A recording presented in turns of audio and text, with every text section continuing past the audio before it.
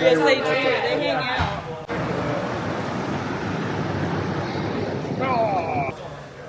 And one of them fell off into the Tupperware. Yeah, and it did exactly that. Like fell off into So Tupperware. there was it was a tote. It was goats and totes. Goats and toads. That's the thing with goats. They just eat anything, which is Oh, baby! In the tote. I've had people come in and show me pictures of the goats up there.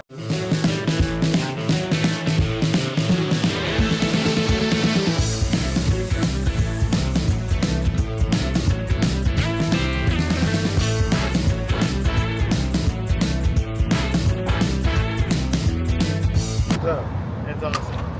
it's faded as fuck. I'm going to tell James the sticker's crap. Just joking, James. That sticker's been out there for about a year, so it's hanging in there pretty tough. So here is a bourbon hunt at Evergreen Liquors. This is a great store. It is sort of on the main street, Whiskey Row, there in Louisville. They have a bunch of different store picks in here, and some of their store picks can be absolutely fantastic. We have a 1792 foolproof store pick there. So Cox Evergreen, they're sort of the same sort of company. A couple of them are labeled Cox, some of them are labeled Evergreen. There's a bit of a Bardstown, Sazerac Rye, and Green River. Knob Creek. Hope you watched last week's video with our Knob Creek pick. That will be the best Knob Creek pick that's ever been picked. People are saying it.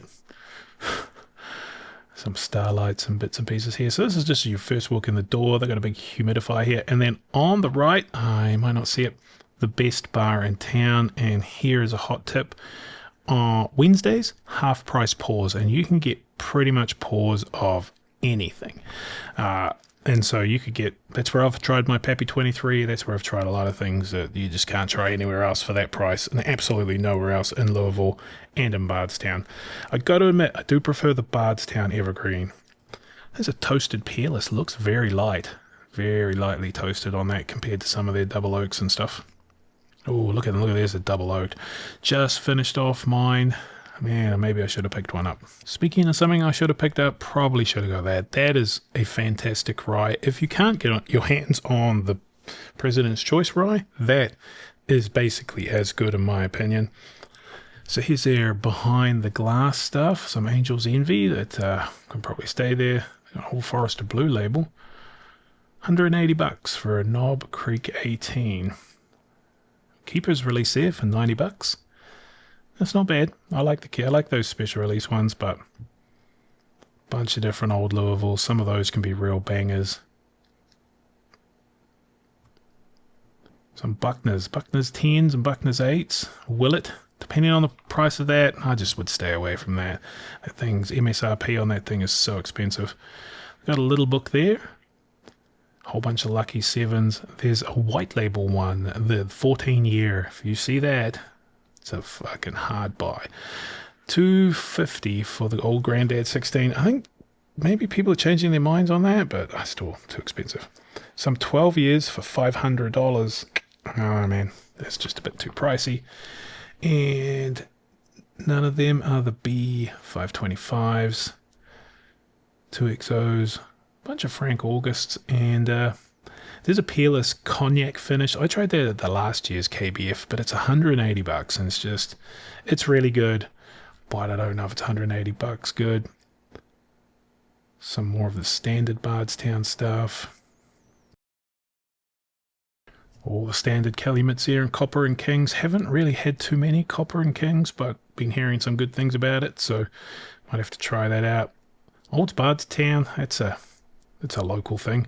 And Milam and Green, signed by one of their people. Tried one of their special release ones, and it's pretty good.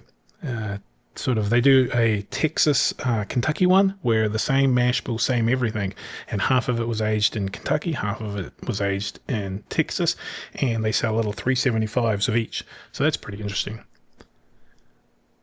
Some Pursuit, some of the new bottles and some of the old bottles, double oaked. I like their new bottle.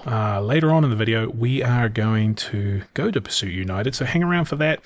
I always put the bourbon hunt first because everyone loves them. Old soldiers there. But we are going to visit the Whiskey Thief new bar and Pursuit United.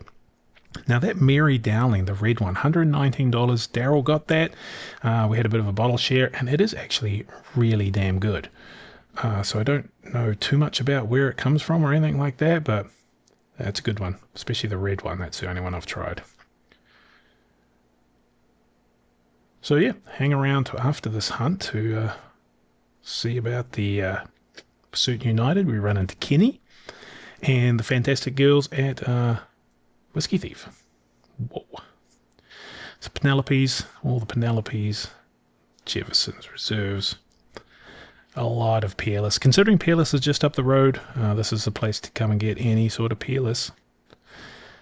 About now the guys were like, they'd left me. They just left me here, so... Boone County, some Ohio, and Woodinville. Previous video, I went to their distillery and got some of their 8-year rye, which is far superior to me, to their bourbons, and especially their standard bourbons. It's on sale. Henry McKenna, so much of it now, it's on sale, as it should be. Same with the Heaven Hill Bottle and Bond. That was creeping up in price, and hopefully it starts creeping back down. $60 for a rare breed, and Russell's Reserves on sale. A lot of that 8-year Wild Turkey and JTS Brown, classic Kentucky only stuff. Same with JW Tant, absolutely amazing. Would probably be a definite go-to if you're in Kentucky or you go through Kentucky for like $13-15. Definitely pick up a bottle of that. Now that does look like blue labels, but not, they're black. So keep an eye out for those Heritage Blue Label single barrel Jack Daniels. They are special, and I have confirmation from Mr. Jeff Arnett himself that it was barreled at 100 entry proof. So those damn things are foolproof. Not even labeled it, nothing, you know, no indication of that, but that is a foolproof Jack Daniels. So that's why it tastes so damn good. The proof it went in the barrel is the proof it came out. Mellow corn, classic. And another one to pick up if you're in the area. Early times, but no, none of the black caps. Some bottom shelf stuff there. So yeah, this place is a great store. I don't know if these guys do the little unicorn, but in the Bardstown one, you can, if you find the unicorns, and they have a bunch of them hidden different places, you get their special allocated bottles. Sometimes they're great, sometimes they're not. Buzzard Roost is always some of their stuff. Cigar, should have probably got cigar rye, really. You can't get everything, so yeah, so definitely check out Evergreens in either Bardstown or here downtown. 132 proof, not bad. So when we left here, actually, we'd heard Michters may have had something good, so we circled back to Michters to see what they got. Any guesses? They like to bundle, right? They bundle a good thing with a bad thing. Sometimes they have singles, but let's go see what they got. They had a Michters 10-year bourbon with one of their American whiskeys. I think the cost on that was about $2.80. And after a little bit of waiting, we finally got to go upstairs to the bar. Now, I've been trying to get into this place for years, and honestly, it might have been a little bit of a letdown.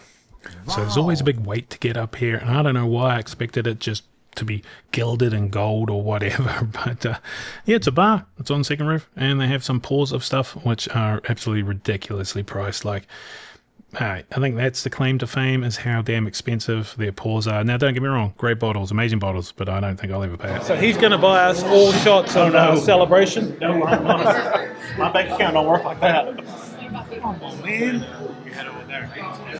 So they do make some amazing cocktails here, but John was actually able to reverse engineer one, and I'll tell you what, that's in a previous video. Go back and find that. It is equal to the one that I had here. So check out the prices of these things. $1,400 for a pour of Celebration. $1,200, $750 for a 20-year. You know, like, those bottles are complete unicorn of unicorns, don't get me wrong. But even some of the prices of their standard stuff were pretty damn expensive. So I just stuck to their cocktails, because at least it takes a bit of work. And, you know, the price of just pouring whiskey in a glass. But hey, if you're in the area, you got some time to wait, definitely come and check it out at the Michters bar upstairs. You need to get by the bouncer. Now, this place is awesome. This is Whiskey Thief's new bar location thing. It's not down on Whiskey Row, but it's honestly, you know, not far off it. A few blocks at the most, and it's what, Nanny Goat Strut? I wonder if they named it that. This is a super place. They got bands in here, live bands, a bar. They do their whiskey thieving from barrels. So let's go check it out. They've got all these spice. You can buy stuff there. You can buy some cool shirts. Got myself a cool shirt. So let's go check it out. Pretty cool little place you got here.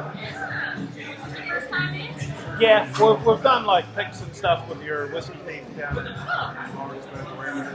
I think, like I've said before, I think they have a combination of like 106 different mash bills.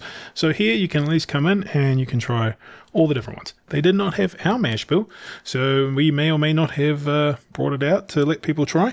But yep, super cool. You see over there, there's a band playing. Places just hang out. There's their barrels where you can do some whiskey thieving from. Can log in here if you want to do that whiskey thieving. Little whiskey thieves, maple syrups, candles, no doubt. I got that shirt there with that goat one because that is funny because I like goats.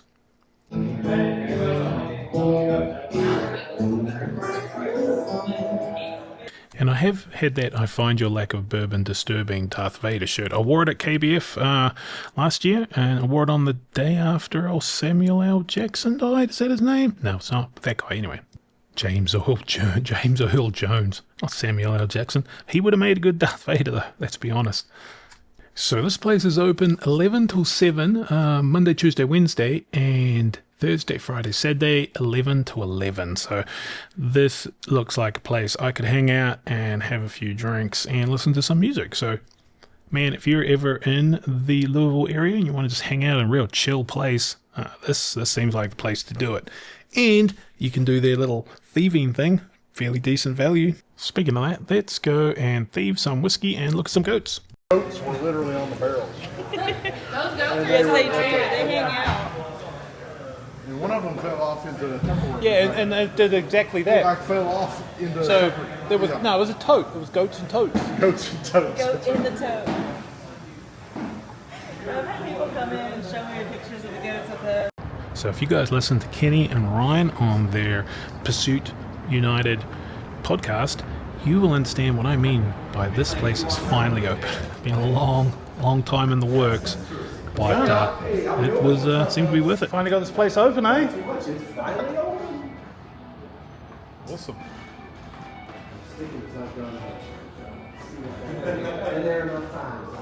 So you come in here, they've got all their bottles. They had a 8-year Bardstown, which is one of, if not the oldest Bardstown distillate you can buy, and it was like batch 76, which was also amazing here.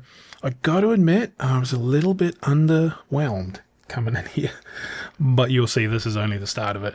So in here, they have like the gift shop with all their stuff you can buy, and then you go down to the other side of this first level. They have like offices and maybe some tasting rooms and stuff like that, but the real magic happens when you go downstairs. So there's an elevator. There's actually going to be Airbnbs, the 2 levels above. Not owned by these guys, but more places to stay in downtown Louisville. So let's go downstairs. So this is downstairs, and this place is super cool. You come down here, it's all super cool and dark, and let's just listen. You got a UT over there. Saw this upstairs as well. This is when this building was built in the early 1900s. This was the freight elevator. It carries all the way up to the first floor as well. When you go up there, you'll see the rest of it. Huh. So we glassed in the floor up there, opaque, because they were worried about people seeing on people's clothes or whatever. But anyways, this is one of our cool. There's another cool. That's cool. You guys must have a website or something. Yeah, I got a YouTube channel. Yeah, we got a YouTube channel. We got a Facebook group, Smoky What's it Man. called? What's your? So here's my card. And then we got Smoky Mountain Bourbon Society. That's our Facebook group. So we just did a pic over at Jim Beam. This is the bar. We'll talk to you about your beer. Hey, John. Wine, yada yada yada. Hey. All that good stuff. We're downstairs in Pursuit. They got a bar down here, so we just yeah, come into Pursuit and get the elevator and come down. Okay. Bye.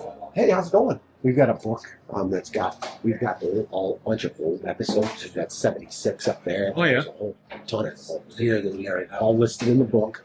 And then there's all the black dots are barrel books that people have done that we ended up with extras of, and so they're scattered around too. So, And he was saying 76 has been the best since. in his opinion. In his opinion. Well, in your opinion, it's the best. There's a couple that aren't for sale. Oh, okay. There's a couple, one a Tennessee one and a Sagamore Ride. 63 and 64 are fabulous, but they're long gone. Well, that's It is. the way It is very good. It's very dark and rich. 76, if that's your style. Yeah, so super cool speakeasy down here. And then in the corner is a bit of a fishbowl. So let's go over there and annoy the fuck out of Kenny. Why not?